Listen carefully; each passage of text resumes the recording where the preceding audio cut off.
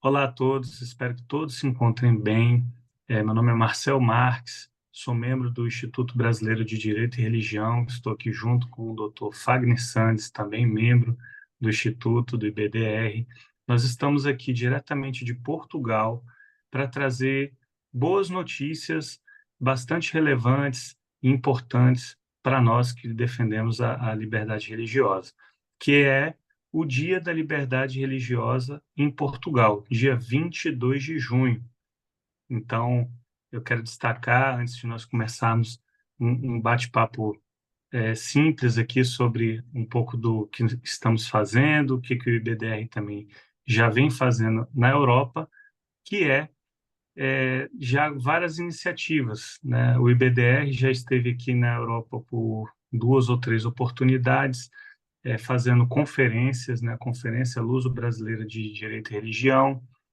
A última foi agora em abril, que acompanhou a realização do primeiro curso Direito e Religião, realizado na Universidade Autônoma de Madrid, ao qual sou suspeito para falar, porque participei como aluno, saí de lá bastante empolgado por conta dos muitos conhecimentos que o direito religioso realmente permeia todas as áreas das nossas vidas. Tem toda a relação com um sistema de crença, que não está ali no âmbito do núcleo de proteção da liberdade religiosa, mas também temos o direito de crença e o direito da liberdade religiosa, que é expressar a sua, a sua fé, seja ela qual for. Então, tive essa oportunidade de estar junto com o IBDR desde o ano passado, na primeira conferência. Tivemos a segunda conferência, inclusive, está transmitida no YouTube, com a participação, inclusive, do Dr. Fagner, que falou brilhantemente sobre o aspecto do direito laboral e a liberdade religiosa, e também o professor doutor Jonatas Machado, que falou sobre o discurso de ódio. Então, eu acho que nós temos um material muito grande para falar em pouco tempo, e decidimos focar em aspectos práticos da nossa atuação. O que nós, como advogados, aqui na Europa, podemos fazer no âmbito do direito religioso. Então, vou passar a palavra para o Dr. Fagner também, se quiser se apresentar. Acabei que não me apresentei, mas sou advogado no Brasil e em Portugal. Estou muito feliz e realizado aqui nesse país maravilhoso, tão maravilhoso quanto o Brasil.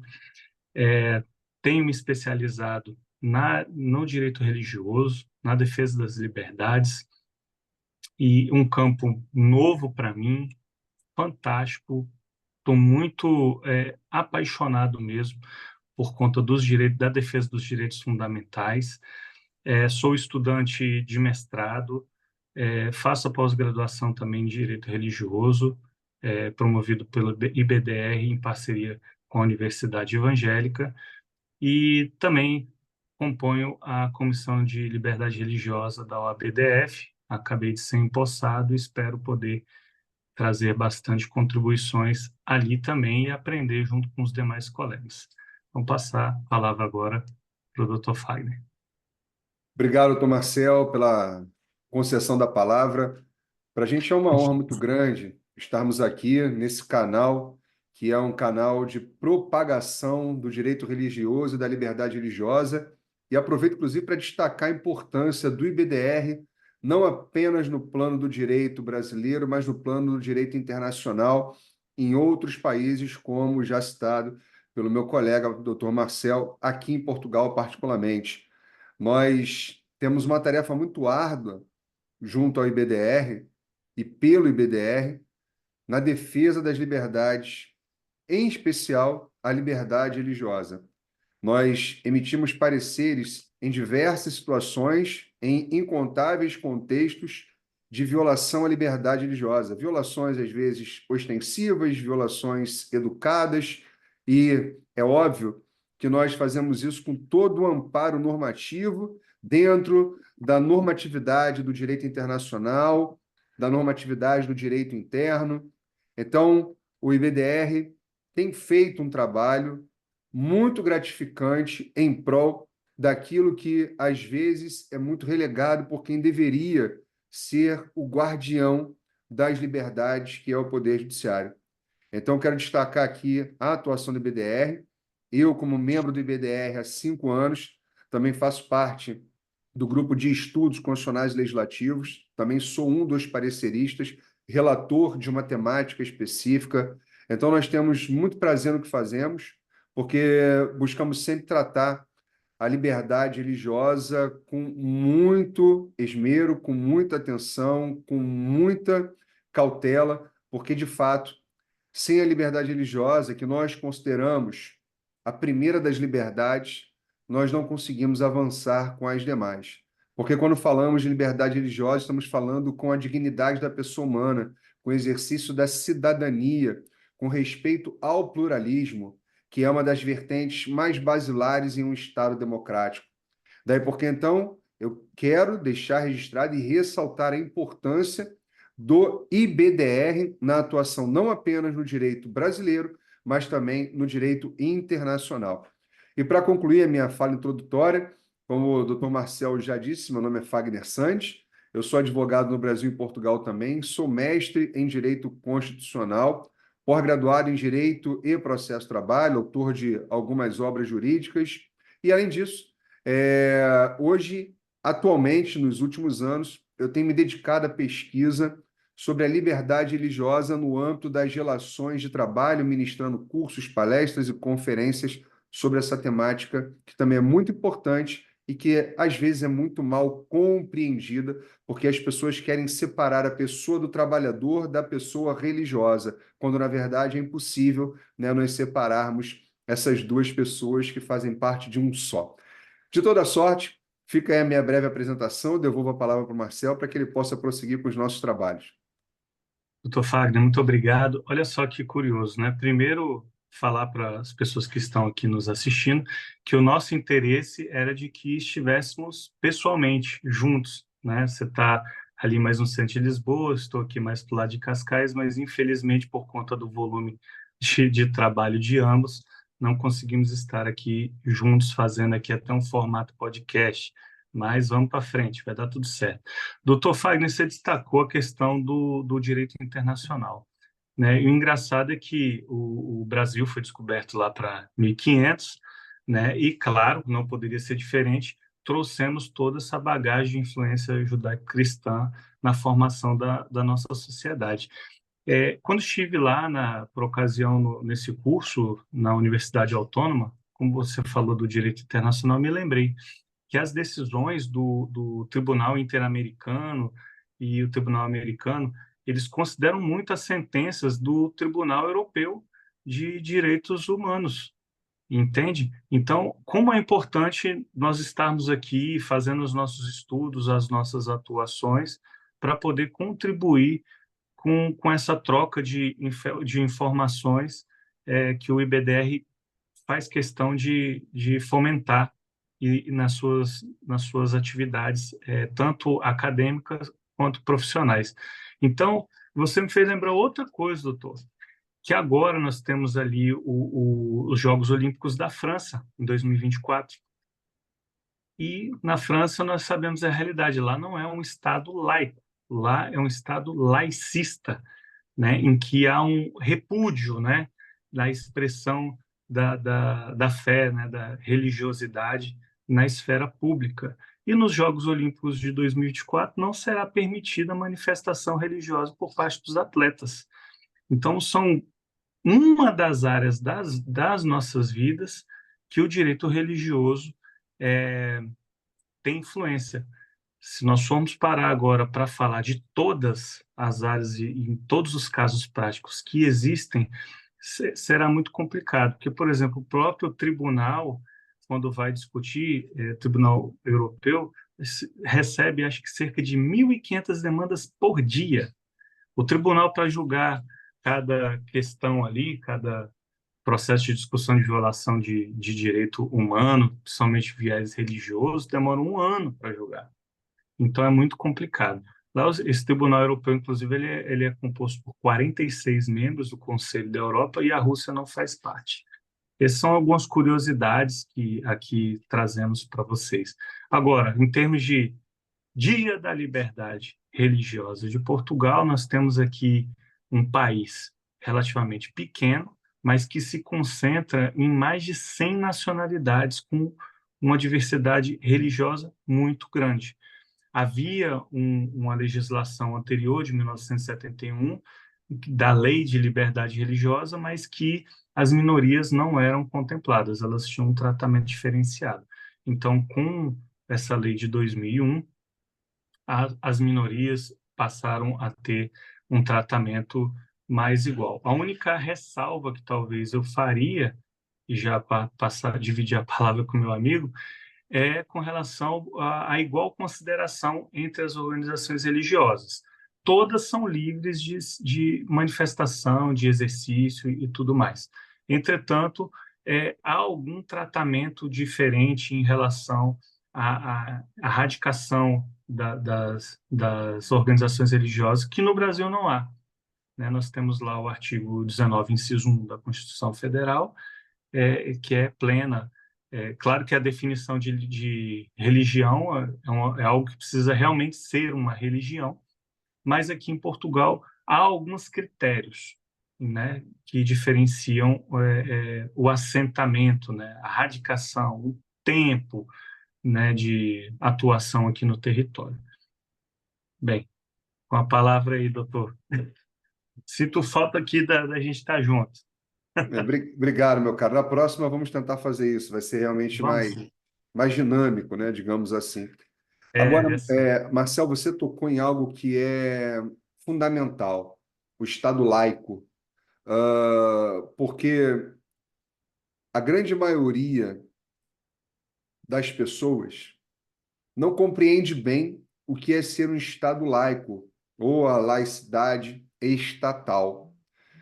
E entendem, né, por não se aprofundarem nisso, como diz o nosso presidente do Instituto Brasileiro de Direito e Religião, se repete tanto, o Estado é laico, o Estado é laico, o Estado é laico, isso vira um mantra. Ou seja, se tanto repetir, mas sem entender, acaba se entendendo aquilo que não é para entender. Então, veja, o Estado laico não é um Estado avesso à religião. Pelo contrário, é um Estado que pode cooperar, que pode colaborar, tem todas as características, né, que nós conhecemos, mas não vem ao caso, senão seria uma live inteira para falar só sobre as características do que é um Estado laico. Alguns países têm todas, outros têm alguns, outros têm menos, outros têm mais, como é o caso de Portugal, um pouco diferente do Brasil. Mas, de uma forma ou de outra, né, o Estado laico é aquele que não é avesso à religião, não é aquele que inibe as práticas religiosas, não é aquele que vai contra as práticas religiosas. E nós temos assento, inclusive, para dizer o que estamos a dizer, com base na jurisprudência dos tribunais na Europa, por exemplo, com algumas ressalvas, no Supremo Tribunal Federal do Brasil, no Tribunal Europeu dos Direitos do Homem, ou dos Direitos Humanos, enfim. Existe uma variedade de decisões que dão substrato àquilo que estamos dizendo. É diferente, como você pôs com muita propriedade, de um Estado laicista, que é um Estado que realmente quer acabar com a religião, não apenas no espaço público, e que está também no espaço privado, né? É claro que aí guardadas as devidas proporções de força e eficiência para esse tipo de medida. Mas, de uma sorte ou de outra, é bom que se ponha em tela essa questão de que o Estado laico é um Estado que respeita. E aí muitos dizem, o Estado é laico, então não posso ter religiosos no âmbito das entidades públicas, por exemplo, no âmbito de um parlamento. Ora, mas será que então aquele religioso ele vai ficar isento do pagamento de imposto de renda? Ele não vai ficar isento do imposto de renda, mas ele não pode ser um cidadão na sua plenitude. Ele é cidadão só no que convém? Isso é um argumento, né, de conveniência. Então, eu não posso afastar o todo pelo menos, mas eu posso incluir o menos no mais. Então, a gente tem que lembrar dessas questões. É basicamente dizer o seguinte: ou eu uso a liberdade religiosa para incluir, ou eu estou segregando. E como eu estou num Estado democrático, tanto em Portugal quanto no Brasil, nós vamos pensar na liberdade religiosa como uma liberdade inclusiva, e não uma liberdade de exclusão. Senão eu vou estar, na verdade, criando castas sociais com base naquilo que é um direito natural, humano e fundamental, que é a liberdade religiosa. Agora, indo efetivamente para a nossa temática, né? que merece a nossa atenção especial hoje, porque o dia 22 de junho, isso comemora a liberdade religiosa em Portugal. Porque foi no dia 22 de junho de 2011, de 2001, que entrou em vigor a Lei da Liberdade Religiosa de Portugal, que você já citou ainda há pouco, a Lei número 16 de 2001. Essa lei, então, entrou em vigor no dia 22 de junho e ficou, então, esse marco comemorativo. E aí, meu amigo, é importante a gente lembrar que Portugal também é um Estado laico, Portugal é um Estado que respeita, né, a liberdade, o direito inviolável de crença e a liberdade religiosa, mas também é um Estado que tem perseguição religiosa. E veja, isso não é um privilégio de Portugal, nós sabemos, né? A perseguição religiosa ela acontece em vários países, mas em países em que a liberdade religiosa ela é vista de fato de uma forma diferente por aqueles que estão, né, no comando da nação, deveria ter um pouco mais de atenção para aqueles que querem exercer a liberdade religiosa. Senão nós viramos, na verdade, um estado de hipocrisia constitucional. E também, por que não, legislativa no plano infraconstitucional. E aí fica a minha questão, Marcel.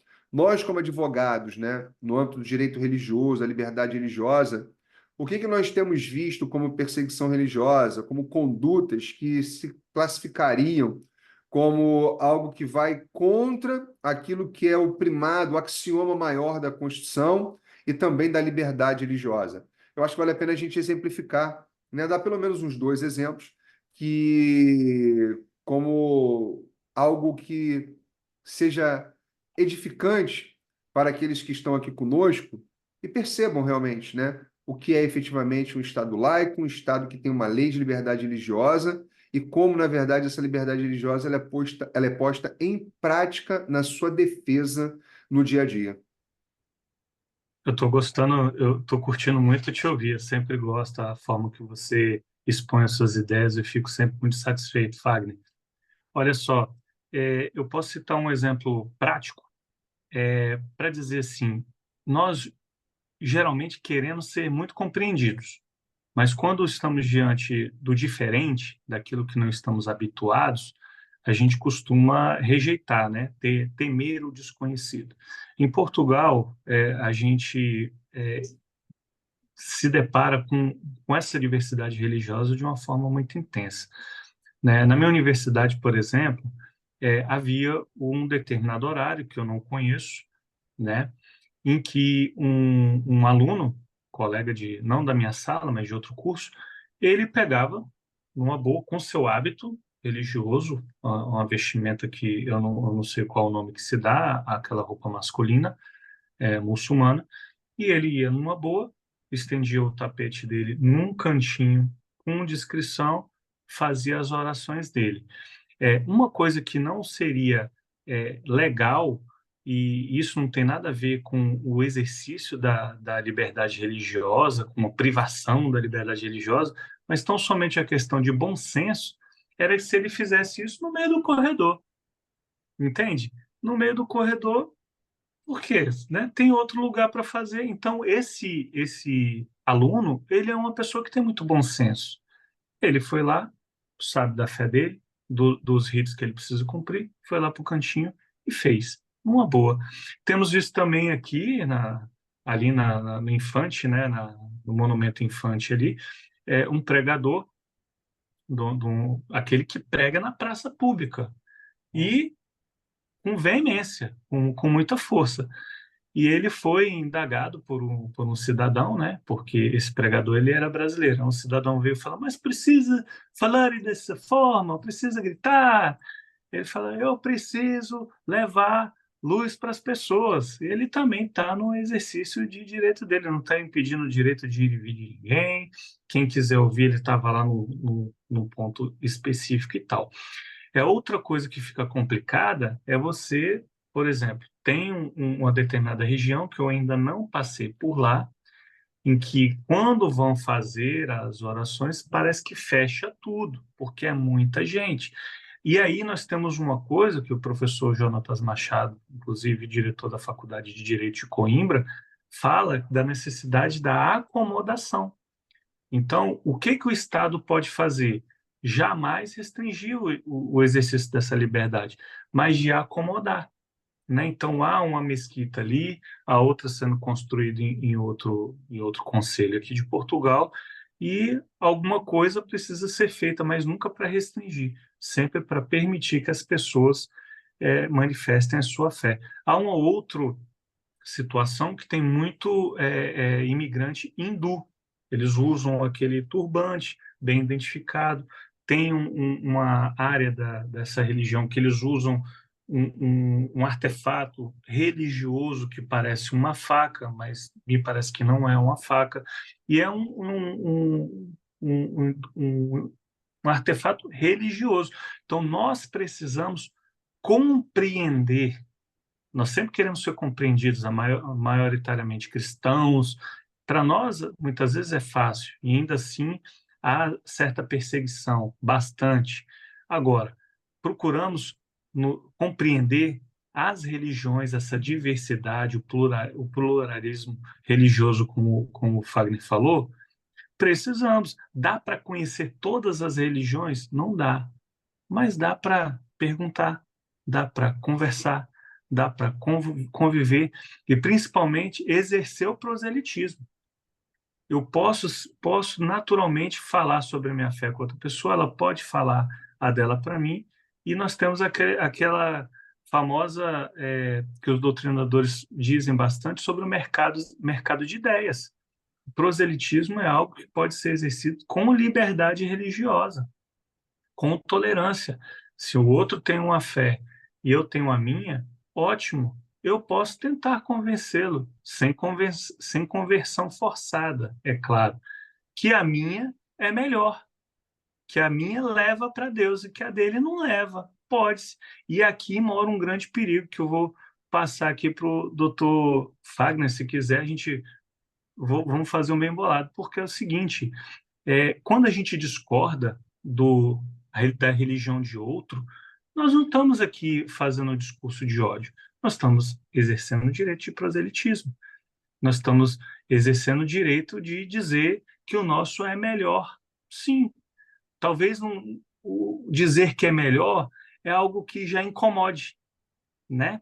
Porque, afinal, nós devemos respeitar todas as religiões, mas nós estamos falando aqui de uma crença, de algo que não pode ser arrancado de dentro de nós. Então, o outro também tem a sua crença. Eu posso expressar a minha e dizer que ela é a única que leva à salvação. E ponto final. Não significa que haja um discurso de ódio, porque o discurso de ódio tem umas características que, inclusive, estão bem pautadas, bem definidas na jurisprudência do Supremo Tribunal Federal e também aqui na Europa, né? Então, discordar não significa ter ódio pela fé do outro. É simplesmente ser diferente, né? E também não acolher, não aceitar o que o mundo secularismo prega do que a religião prega. Quando se fala Estado laico, nós estamos falando poder temporal, político, secular, não interfere nos dogmas das religiões. As religiões têm os seus dogmas, acreditam que é daquela forma que se deva viver moralmente, e o Estado não tem nada que ver com isso, não pode mudar a Bíblia. Então, se na determinada religião diz que determinada conduta social é pecaminosa, ela é pecaminosa sim, e essa opinião deve ser respeitada. Assim como quem está vivendo no mundo secular, sem considerar condutas morais que as religiões prezam como valiosas, tem todo o direito disso, de fazer e serem aquilo que são, e fazer aquilo que quiserem, mesmo que para os religiosos seja pecado, e está tudo bem. Isso não é discurso de ódio. Então, que o Fagner tem a acrescentar? Eu acho que você esgotou tudo. né? Você foi bem precisa nas suas falas. É, eu só queria exemplificar de uma forma bem contundente essa questão do discurso de ódio, né? Trocando um pouco as palavras do Marcel. Se, por exemplo, um pastor evangélico no púlpito da igreja, no altar, ele se volta para, obviamente, né, a assembleia, para a igreja e diz: olha, a prática de homossexualismo é pecado e a continuidade dessa prática vai levar, portanto, aquela pessoa que está numa condição pecaminosa ao inferno. Isso não é discurso de ódio. Goste você ou não goste, isso não é discurso de ódio. Queira você ou não, isso não é Exatamente. discurso de ódio. Ah, mas o Estado não pode intervir, que é o que o Marcelo está dizendo. O Estado não pode intervir de forma alguma naquilo que está no livro sagrado, que é o livro moral. Religião basicamente se define através da presença de três elementos, que nós chamamos de DMC, basicamente, tá? Divindade, moralidade e culto. Então, o livro sagrado, a Bíblia, né, para os cristãos evangélicos reformados, baseia o quê? Toda a ideia daquilo que é prática de pecado, e eu não posso dizer que aquilo é um discurso de ódio.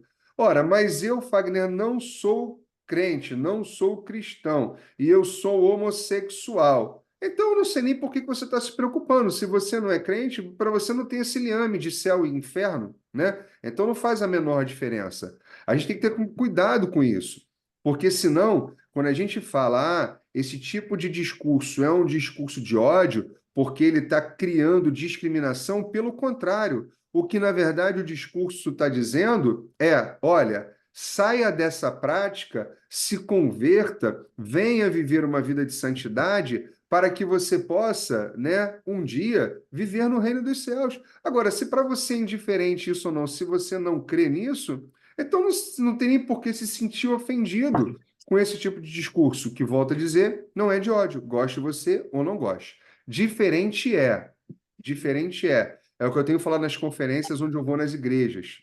Tomem cuidado como vocês pronunciam a coisa. Porque, por exemplo, já teve uma vez veiculada aí nas redes um pastor que, infelizmente, disse: olha, os homossexuais vivem em pecado, e se vão para o inferno já devem morrer. Aí é diferente.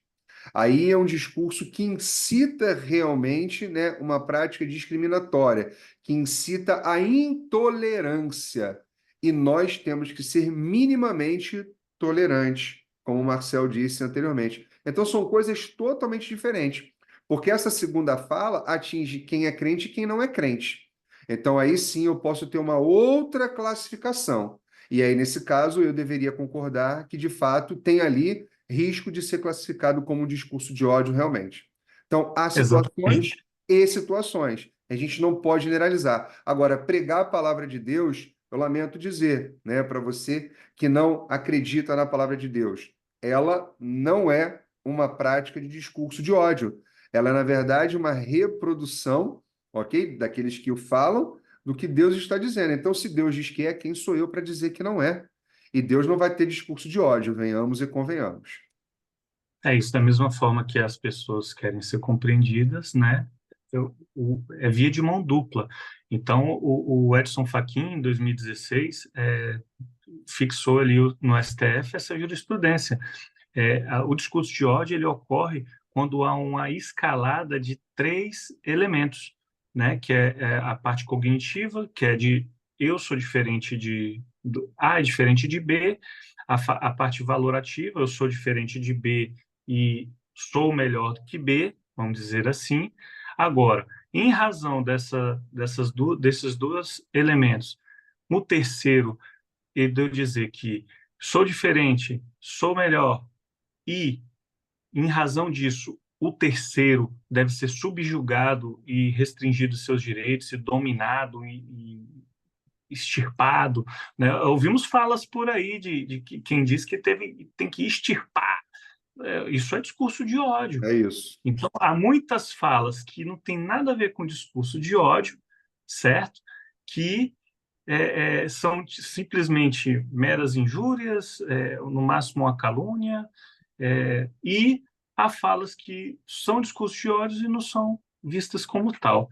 Olha, passando É. para o encerramento, já por conta do tempo, nós temos outras coisas, outras áreas em que a atividade profissional do advogado, do jurista, na área do direito religioso, também envolve, né? Inclusive, Dr. Fagner e eu estamos aqui em Portugal, é inevitável a questão da imigração.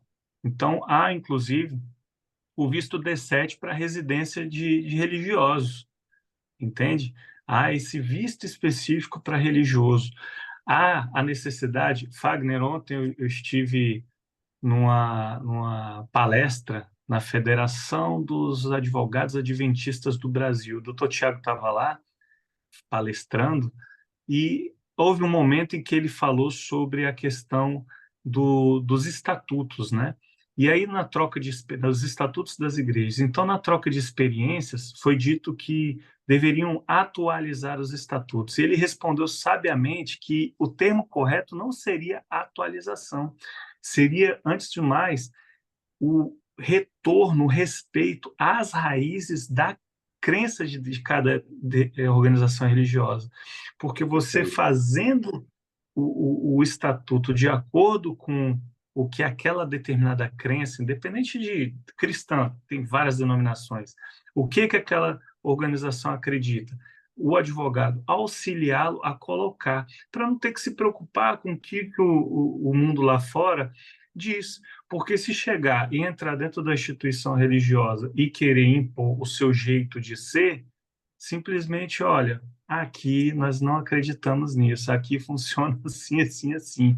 Não adianta reclamar, o Estado é laico, não interfere na crença, na Mas, expressão religiosa Mas, da ô Marcel, pessoa. isso que você está dizendo é importantíssimo, porque isso é uma das facetas da liberdade religiosa, o respeito à auto-organização das instituições Exato. religiosas. Então, não pode o Estado trazer um dogma. É como se o Estado tivesse, por exemplo, no ensino religioso, nas escolas, né, públicas, que é facultativo, nós sabemos, estabelecendo aquilo que vai ser dito ou não dito, né, numa ministração dentro da sala de aula, através dos dogmas que ele quer que sejam colocados. Ora, aí o Estado estaria não só interferindo, mas talvez até criando uma religião. E nós sabemos que um Estado laico tem que ter essa separação, né? Não é um Estado confessional, é separação entre o secular e o religioso, entre o campo político e o campo celestial. É isso. Então, do contrário, é uma intervenção indevida do Estado, de fato, né, no âmbito da liberdade religiosa. Meu caro, é, Certo. como você disse, né, para a gente não avançar muito aí na hora, teríamos muito mais coisas a falar aqui. Eu acho que a gente pode fazer isso de uma forma mais constante, de uma forma mais, digamos assim, frequente, essas lives. Se o IBDR assim nos permitir, tenho certeza que nos permitirá. E Vai aí, ter que ser pessoalmente. a gente faz no modelo podcast. Tem essa agenda. Mas eu espero É que que, de fato, tenha sido. o dia 22 chegou e tivemos que fazer isso, né?